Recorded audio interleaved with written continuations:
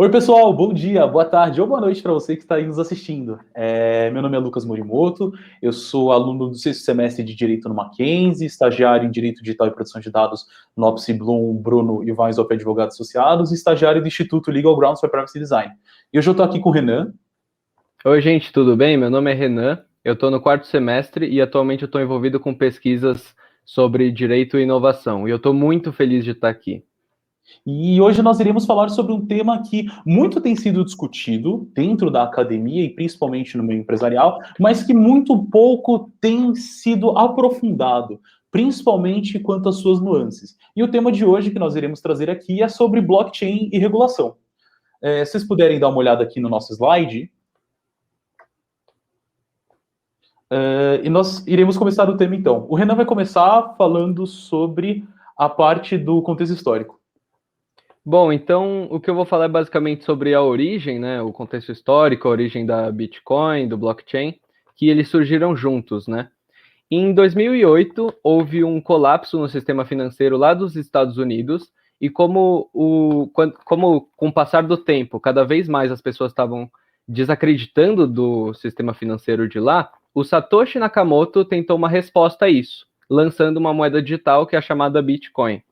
Junto com isso, ele lançou um documento a público para explicar esse novo sistema, chamado a Peer-to-Peer Electronic Cash System, e ele continha 9 páginas. E com o crescimento da Bitcoin, isso acabou criando muito incentivo, né? Acabou abrindo muito caminho para a criação de outras moedas. Então, a Bitcoin, é importante saber isso, que ela não é a única moeda digital. Ela é a mais famosa e a que possui maior valor de mercado.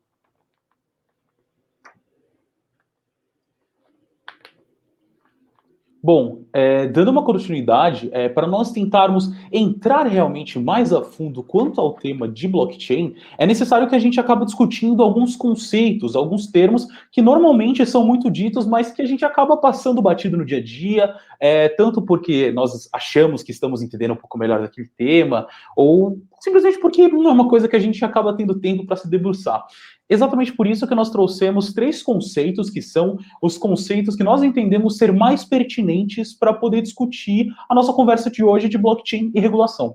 O primeiro conceito que nós vamos discutir aqui é sobre o que são criptoativos. A gente conversa bastante sobre o criptoativo, tal, sobre novos criptoativos que vêm aparecendo no mercado, mas o que são realmente esses criptoativos? Seriam esses criptoativos bens? Como que seriam a natureza jurídica desses criptoativos em si?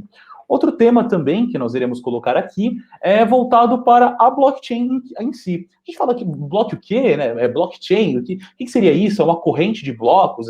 Como que eu posso encontrar uma conceituação para isso? Né?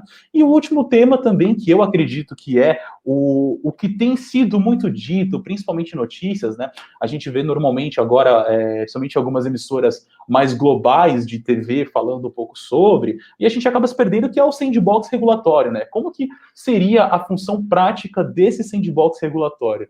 Então, sem mais delongas, vamos entrar no primeiro tema, que é o primeiro conceito, perdão, que são os criptoativos. É necessário que a gente entenda que para trazer uma conceituação, para ser analisado principalmente sobre a égide do direito brasileiro, é interessante que a gente busque se esse conceito já foi formulado por alguma entidade, órgão regulador, ou então pelo próprio judiciário. No caso dos criptoativos, recentemente foi emitido um alerta da CVM explicando mais ou menos o que seriam esses criptoativos, né? Tentando trazer uma maior tranquilidade para os investidores, até porque hoje nós temos fundos que têm sido inspirados, né, dentro da natureza dos criptoativos.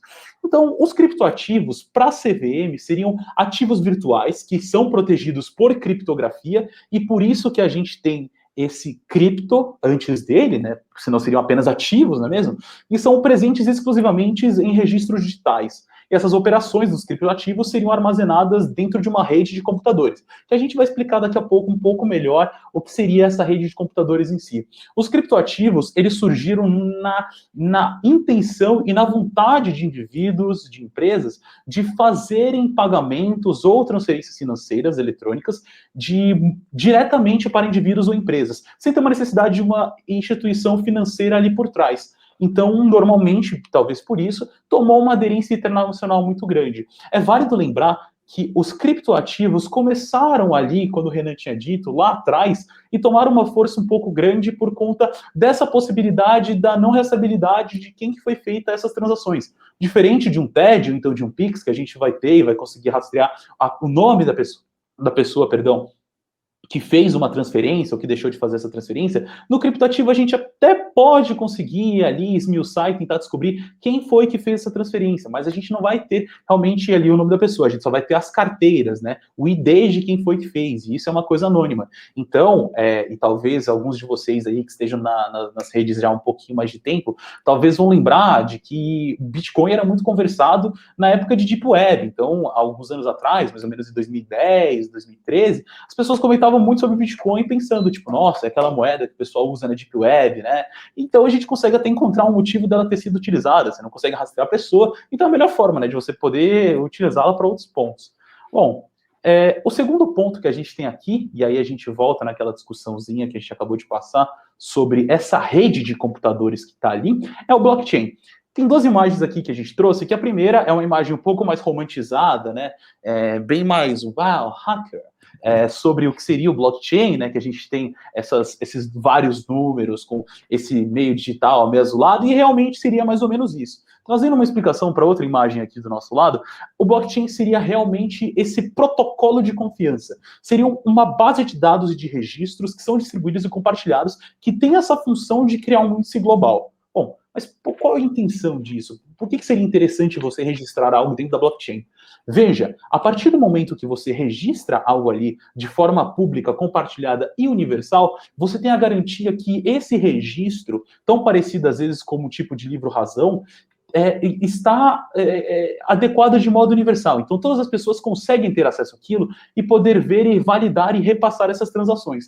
Ou seja, e aí muita gente pode falar, mas Lucas, você não acha que isso pode ser hackeado? Se alguém invade uma rede blockchain, não tem como a pessoa chegar lá e mudar, por exemplo, o valor que recebeu, e aí eu só hackeio a blockchain e fico milionário? Não, calma lá. Exatamente porque a gente tem essa revalidação desses blocos passados por vários computadores, a gente consegue encontrar que as respostas e essas informações que estão sendo encaminhadas são a mesma.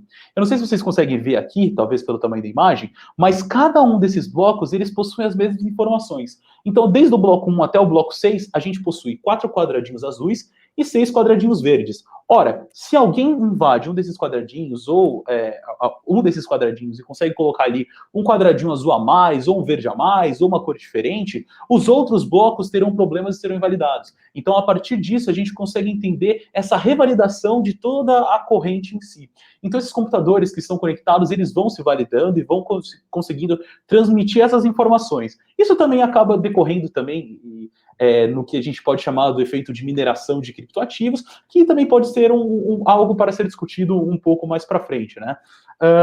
Pessoal, só para fazer um outro ponto aqui que eu acabei de lembrar, eu tinha colocado aqui de criptoativos as criptomoedas, né, que são muito hoje conhecidas, então ali a gente tem algumas das mais famosas, a Bitcoin, a Ethereum, inclusive na data hoje que o vídeo está sendo gravado, a Dogecoin, que era uma moeda, que era um meme, né, bateu a marca de R$2,50, então to the moon, esperamos que continue subindo para a gente ganhar um troquinho bem mais legal, mas também nós temos o NFT, que seria também uma espécie de criptoativo, que acredito que também iremos abordar futuramente outras oportunidades aqui no Nitra.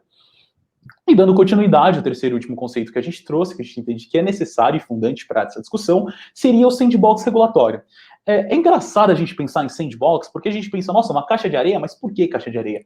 Veja, quando você era criança, ia na praia, ou então ia no parquinho, tinha aquela caixa de areia, você conseguia fazer qualquer coisa ali na caixa de areia, né? Você conseguia fazer um castelinho, conseguia fazer aquele monte, conseguia fazer a famosa montanha, né, para as crianças que não tinham tanta capacidade assim, de arquitetura que talvez fosse eu quando era mais novo, mas o sandbox regulatório é exatamente isso, transplantado para a parte de regulação. Então as pessoas vão fazer castelo de areia? Mais ou menos isso. Por quê? O sandbox regulatório permite, e isso diz, é o que diz o próprio governo, né, no site do Bacen, seria uma iniciativa que permite que as instituições autorizadas, e algumas ainda não autorizadas, que pudessem testar seus projetos inovadores ou produtos ou serviços experimentais. Nisso a gente consegue encontrar bastante aquele negócio de fintechs.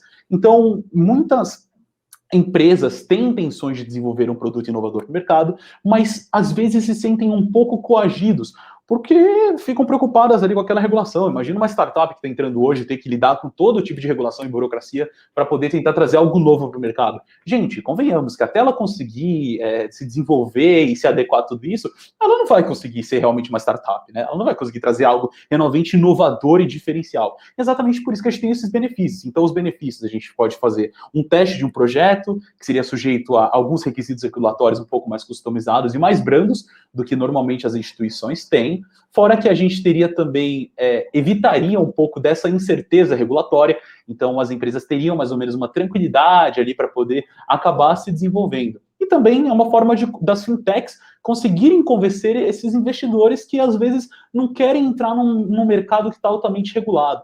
Então, isso traz também uma tranquilidade, um respiro para essas empresas começarem a se desenvolver realmente. Bom, pessoal, agora passando, o Renan vai falar um pouco sobre como os países têm feito essa regulação. Bom, eu vou começar falando dos Estados Unidos. É importante saber que lá os reguladores estão tanto na esfera... Não, primeiro dá um geral, pode voltar no slide anterior.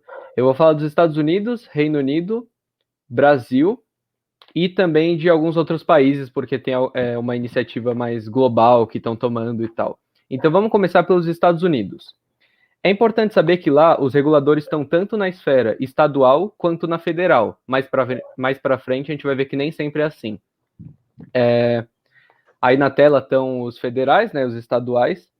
E agora eu vou falar um pouco sobre um procedimento que a SEC utiliza, né, que é uma das que estão na esfera federal.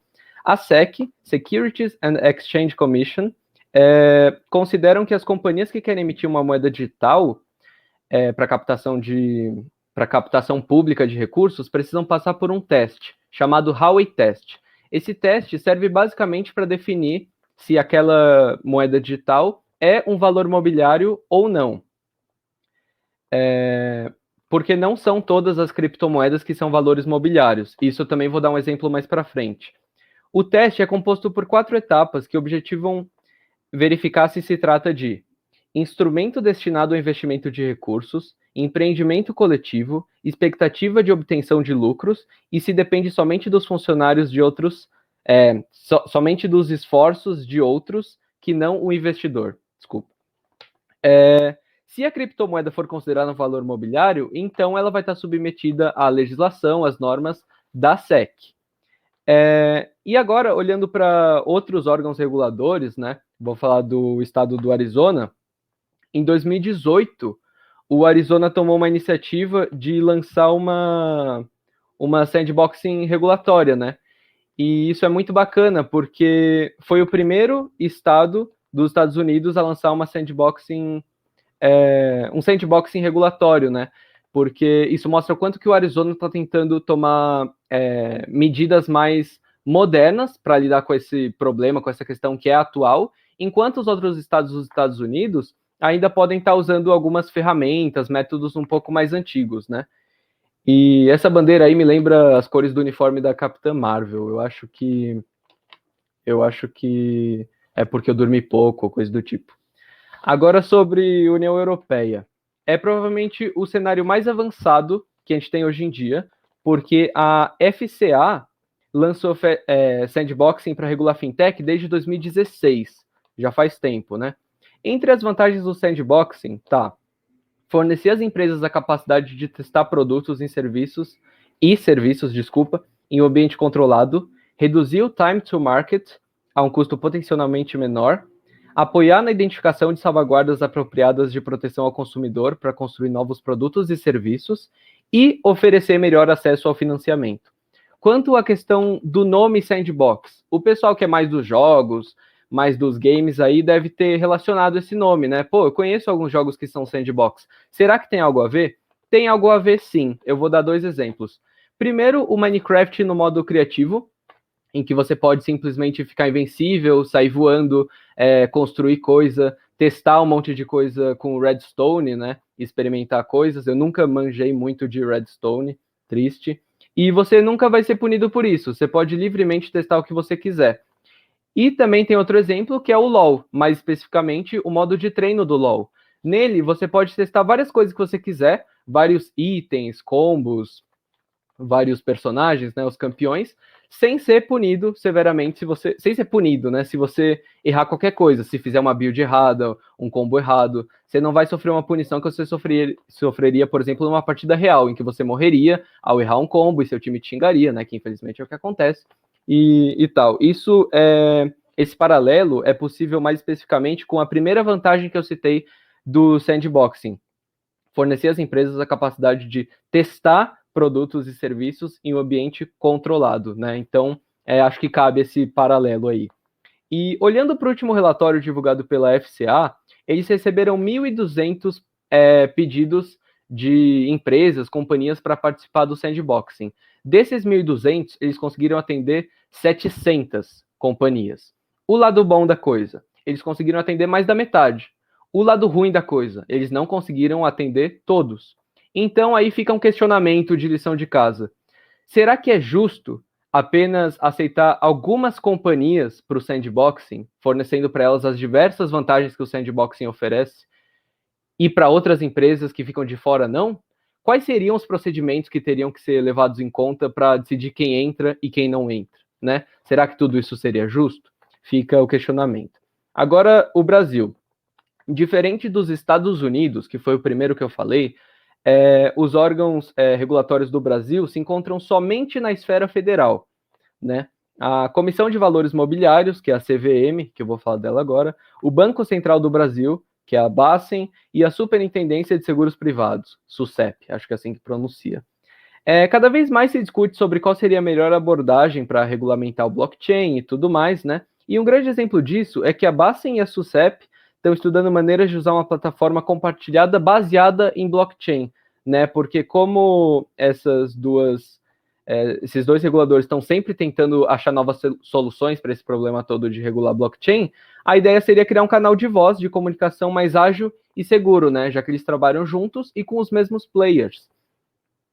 A CVM lembra ao mercado que a emissão inicial de uma criptomoeda pode ser considerada captação pública de recursos, o que pode atender à definição brasileira de valor mobiliário, o que pode atrair a aplicação das regras, o que vai, né, atrair a aplicação das regras brasileiras de regulação de mercado de capitais. Inclusive, tem o caso da Niobio Cash, para mostrar um caso em que não foi considerado, né, a moeda não foi considerada um valor mobiliário.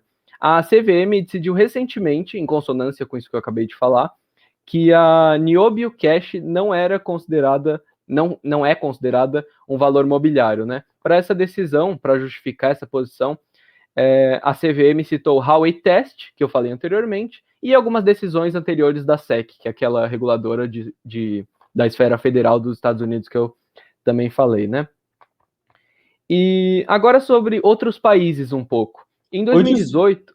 Antes de entrar no ponto de outros países, eu acho que é interessante a gente colocar um outro ponto sobre quais outros pontos também esses entes reguladores podem acabar esmiuçando. Renan colocou aqui esse ponto do caso da Niobio Cash. Recentemente a gente também teve o caso da Real, né, que era a Vira-Lata Finance, uma moeda brasileira tentando espelhar aquilo do Dogecoin, né, que está tendo sucesso hoje lá fora, que eles tentaram fazer mais ou menos uma moeda por meme e fizeram essa tentativa de captar recursos do pessoal para tentar fundar essa moeda em si. Então, várias campanhas começaram a fazer, alguns influencers até se posicionaram, o próprio Thiago Nigro, né, que todo mundo conhece como Primo Rico, comentou e fez alguns tweets, estilo Elon Musk mesmo, né, falando de real ao para tentar fazer com que as pessoas comprassem mais e o valor da moeda subisse.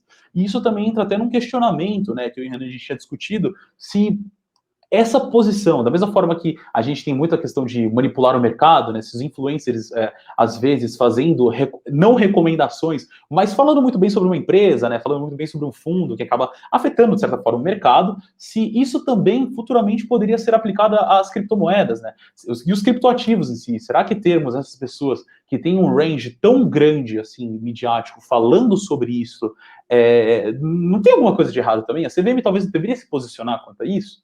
E aí eu passo de volta para o Renan. Uhum.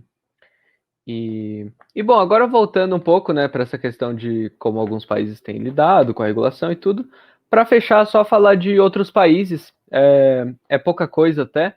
Em 2018, houve um esforço multilateral de 11 reguladores de mercados financeiros de diferentes países, entre eles estão Reino Unido e Austrália, que propuseram a criação de uma rede global de inovação financeira, a GFIN, né, ou GFIN, não sei como pronunciar o certo. E essa seria uma das principais ideias para criar um sandboxing regulatório para a regulação de fintechs, né? E isso já seria mais um avanço em âmbito mais amplo, né, mais internacional, global.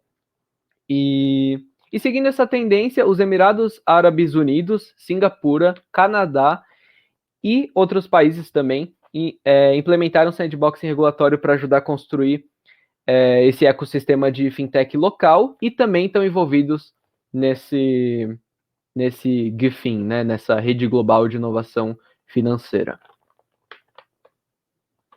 Enquanto também essa parte que a Ana falou de outros países, é interessante pensar que alguns entraves regulatórios que as empresas, que os países, desculpa, acabam colocando podem ter efeitos. Hoje mesmo, dia 16 de abril, saiu uma notícia quanto à Turquia. A Turquia, ela acabou proibindo, na verdade, a utilização de Bitcoin dentro dela. Na verdade, a notícia saiu no Yahoo Finance, que fala que o preço da Bitcoin caiu depois do banimento de pagamentos utilizando criptomoedas, né, as cryptocurrencies. Então, a gente consegue ver que enquanto existem esses esforços de outros países para poder trazer uma regulação que seja sustentável, quando outros países acabam colocando esses entraves, a gente tem uma queda no valor e essa oscilação. Uhum. E é isso aí, pessoal. Muito obrigado a todos que assistiram até aqui. E reforçando, eu estou muito feliz de estar fazendo parte disso aqui. Muito obrigado, Ramuno Academy, pela oportunidade e até a próxima. É isso, pessoal. Faço minhas palavras também do Renan. Muito obrigado, Ramuno Academy. Muito obrigado, professor Ramuno, por sempre trazer essa oportunidade de estar nesse espaço tão legal que é o Nitra e também dos outros projetos da Ramuno Academy. A gente espera vocês no próximo episódio e numa outra oportunidade. Então, até a próxima e saudações comercialistas.